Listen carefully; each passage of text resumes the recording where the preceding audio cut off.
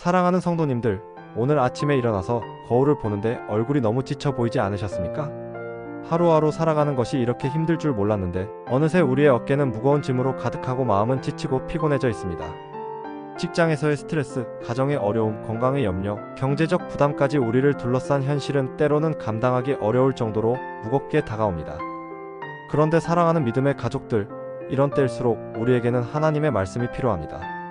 성경은 우리의 지친 마음을 위로하고 새 힘을 주시는 하나님의 약속으로 가득합니다. 오늘 제가 여러분과 함께 나누고 싶은 것은 삶이 힘들고 지칠 때 꼭 들어야 할 5가지 성경 말씀입니다. 이 말씀들을 통해 여러분의 마음에 다시 한번 소망의 불꽃이 타오르고 새로운 힘을 얻으시길 간절히 바랍니다. 첫 번째로 우리 모두가 기억해야 할 말씀은 마태복음 11장 28절부터 30절까지의 예수님의 초대입니다.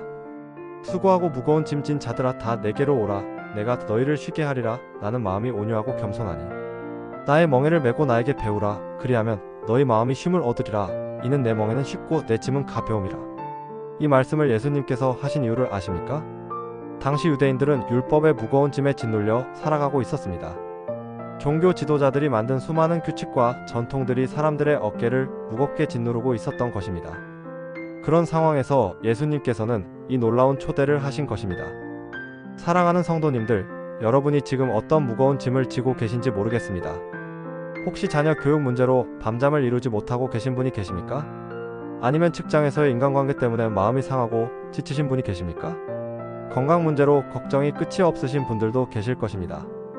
그런데 예수님께서는 바로 그런 우리들을 향해 내게로 오라고 말씀하고 계십니다. 이것은 단순한 위로의 말이 아닙니다. 실제로 우리의 짐을 덜어주시겠다는 약속입니다. 예수님의 멍에는 쉽고 짐은 가볍다고 하셨습니다. 이것은 우리가 예수님과 함께 멍에를 맬 때 그분이 더 무거운 부분을 감당해 주신다는 의미입니다.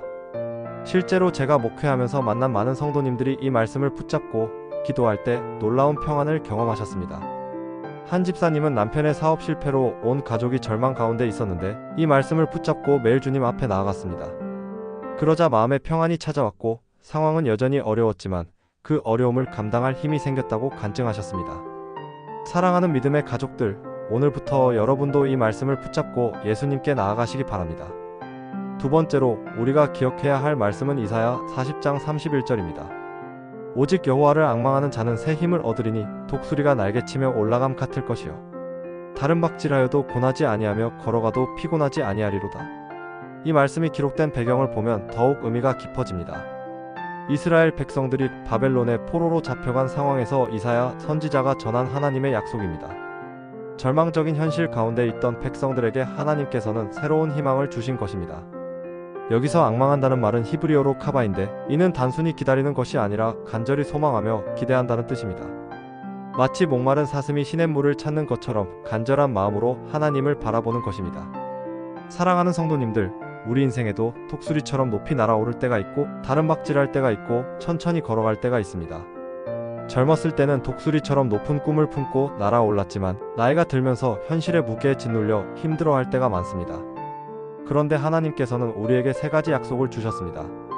독수리가 날개치며 올라가는 것처럼 높이 뛰어오를 힘, 다른 박질에도 고나지 않을 지구력, 그리고 걸어가도 피곤하지 않을 꾸준함입니다.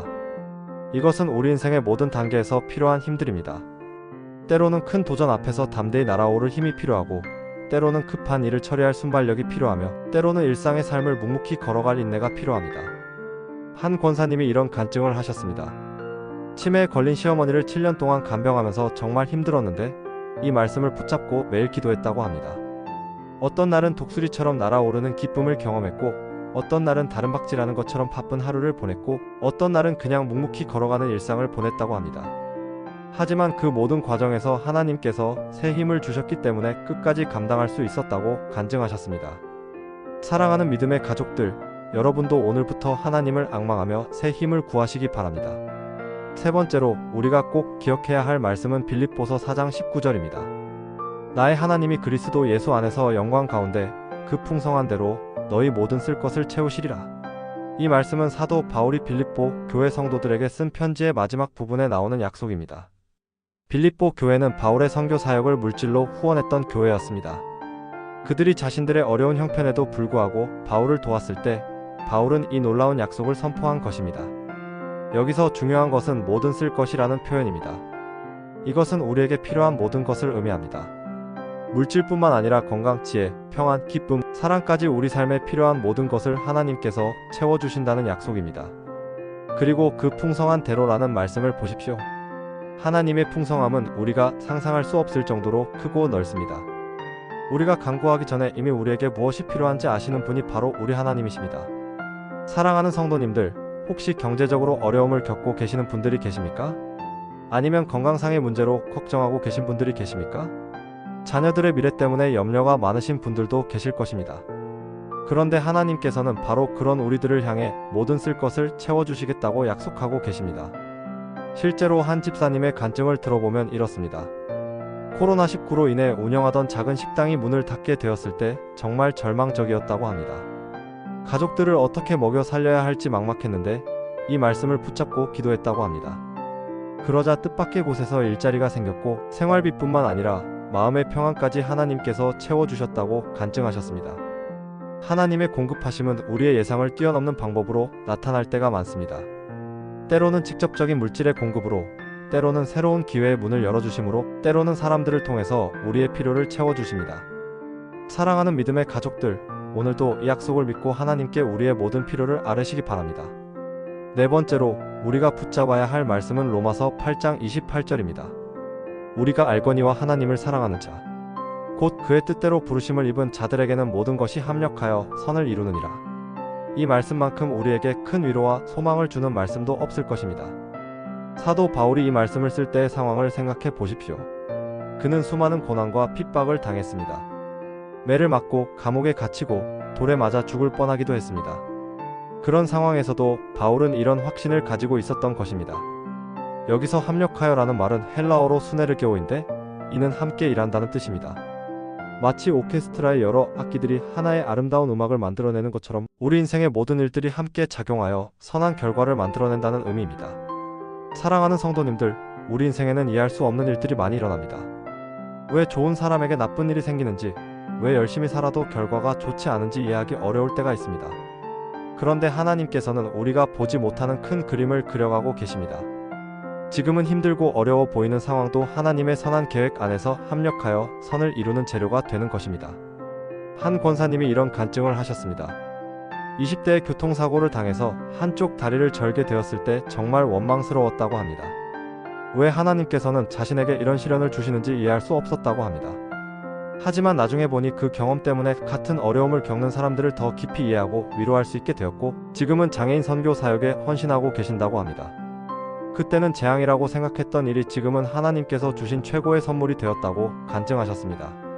이것이 바로 모든 것이 합력하여 선을 이룬다는 말씀의 실제적인 예입니다. 우리가 지금 겪고 있는 어려움도 언젠가는 하나님의 선한 계획 안에서 아름다운 열매를 맺게 될 것입니다. 사랑하는 믿음의 가족들, 이 약속을 붙잡고 오늘도 소망을 품고 살아가시기 바랍니다. 다섯 번째로 마지막으로 나눌 말씀은 고린도후서 12장 9절입니다. 그가 내게 이르시되 내 은혜가 내게 족하니 이는 내 능력이 약한 데서 온전하여짐이라 하신지라. 그러므로 도리어 나의 약함을 자랑하리니 이는 그리스도의 능력이 내게 머물게 하려 함이라. 이 말씀은 사도 바울의 가시에 관한 이야기입니다. 바울에게는 육체의 가시라고 불리는 어떤 고통스러운 문제가 있었습니다. 그것이 정확히 무엇인지는 알 수 없지만 바울을 괴롭히는 심각한 문제였던 것은 분명합니다. 바울은 이 가시를 제거해 달라고 3번씩이나 간절히 기도했습니다. 그런데 하나님의 응답은 뜻밖이었습니다. 가시를 제거해 주시는 대신 내 은혜가 내게 족하다고 말씀하신 것입니다. 그리고 하나님의 능력은 우리가 약할 때 더욱 온전하게 나타난다고 하셨습니다. 사랑하는 성도님들, 우리도 살아가면서 각자의 가시를 가지고 있습니다. 어떤 분은 건강상의 문제일 수 있고, 어떤 분은 경제적 어려움일 수 있고, 어떤 분은 가정의 문제일 수 있습니다. 그런데 우리가 그 가시 때문에 괴로워하며 하나님께 제거해 달라고 기도할 때가 있습니다. 물론 기도하는 것은 좋습니다. 하지만 때로는 하나님께서 그 가시를 제거하시는 대신 그 가시를 통해서 더 큰 은혜를 경험하게 하실 때가 있습니다. 우리가 약해질 때 하나님의 능력이 더욱 분명하게 나타나는 것입니다. 강한 사람은 자신의 힘을 의지하지만 약한 사람은 하나님의 힘을 의지하게 됩니다. 그래서 바울은 자신의 약함을 도리어 자랑한다고 했습니다. 실제로 한 집사님의 간증을 들어보면 이렇습니다. 당뇨병이라는 가시를 가지고 20년을 살아오면서 처음에는 정말 원망스러웠다고 합니다. 왜 하나님께서는 자신에게만 이런 병을 주셨는지 이해할 수 없었다고 합니다. 하지만 시간이 지나면서 그 병 때문에 더욱 절제된 삶을 살게 되었고 건강의 소중함을 깨닫게 되었으며 무엇보다 하나님께 더욱 의존하는 삶을 살게 되었다고 간증하셨습니다. 그리고 같은 병으로 고생하는 사람들을 위로하고 도울 수 있는 은혜도 받게 되었다고 하셨습니다. 가시라고 생각했던 것이 오히려 하나님의 은혜를 경험하게 하는 통로가 된 것입니다. 사랑하는 믿음의 가족들, 여러분에게도 제거되지 않는 가시가 있다면 그것을 통해서 하나님의 은혜가 더욱 풍성하게 나타나기를 기대하시기 바랍니다. 우리의 약함이 하나님의 능력을 경험하게 하는 기회가 될 수 있습니다. 사랑하는 성도님들, 오늘 우리가 함께 나눈 5가지 성경 말씀을 다시 한번 정리해 보겠습니다. 첫째, 수고하고 무거운 짐진 자들을 향한 예수님의 초대입니다. 우리의 모든 짐을 주님께 맡기고 그분 안에서 참된 안식을 찾으시기 바랍니다. 둘째, 여호와를 앙망하는 자에게 주시는 새 힘의 약속입니다. 독수리처럼 높이 날아오르고 다른 박질에도 고나지 않고 걸어가도 피곤하지 않은 힘을 구하시기 바랍니다. 셋째, 우리의 모든 필요를 채워주시는 하나님의 약속입니다. 하나님의 풍성한 공급하심을 믿고 의지하시기 바랍니다. 넷째, 모든 것이 합력하여 선을 이룬다는 놀라운 약속입니다. 지금은 이해할 수 없는 일들도 하나님의 선한 계획 안에서 아름다운 열매를 맺게 될 것을 믿으시기 바랍니다. 다섯째, 우리의 약함을 통해 나타나는 하나님의 은혜입니다. 우리의 가시가 오히려 하나님의 능력을 경험하게 하는 통로가 되기를 기대하시기 바랍니다. 이 5가지 말씀이 여러분의 마음 깊은 곳에 새겨져서 힘들고 지칠 때마다 위로와 힘이 되기를 간절히 바랍니다. 오늘 이 말씀이 여러분에게 도움이 되셨다면 좋아요 버튼을 눌러주시고 댓글로 여러분의 간증이나 기도 제목을 나눠주시면 함께 기도하겠습니다. 그리고 이런 은혜로운 말씀을 더 많은 분들과 나누고 싶으시다면 구독과 알림 설정도 부탁드립니다.